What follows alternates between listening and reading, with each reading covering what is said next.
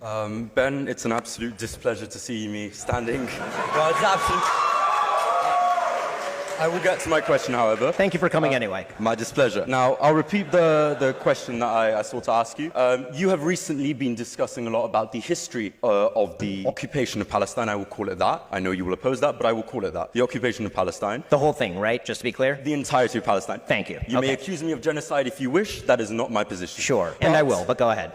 Anyway, so the point about the occupation of Palestine, you have released multiple videos. You have essentially made yourself the cheerleader of Israel in a lot of sort of Western media spaces. So I watched some of your videos about the conflict and I found a number of inaccuracies. First of all, you describe in 1920, you refer to Jordan as part of Palestine historically. That has never been the case. There has never been a state of Jordan. British Mandate Palestine, yes. That is still not the case. Jordan has never been part or considered part of Palestine. The only time that Jordan has been considered adjacent to Palestine is part of sort of biblical mythology where Transjordan was a reason. That's wildly inaccurate. The British Mandate had a mandate over all of Palestine, and then they separated off Transjordan and handed it to the Hashemite Kingdom of Jordan. You will get your chance to reply. Let me finish. Now, the second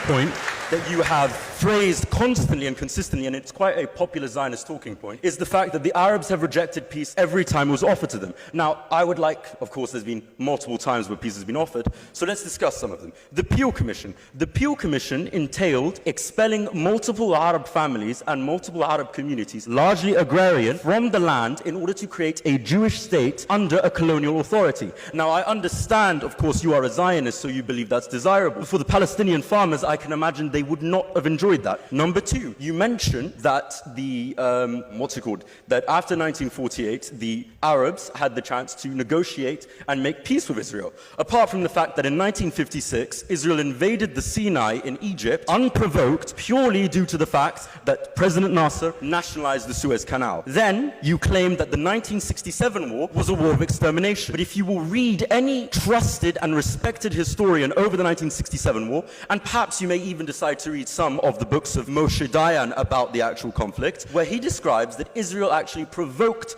the conflict and there was no chance of the extermination of Israel. Then you claimed that the 1973 war was a war of the destruction of Israel once again, which it was not. It was actually the reclaiming of the Sinai and the Golan Heights, which Israel has illegally occupied. So, you have lied multiple times. I can continue if you would wish, but I would like to ask you the question. When you lie, do you feel shame?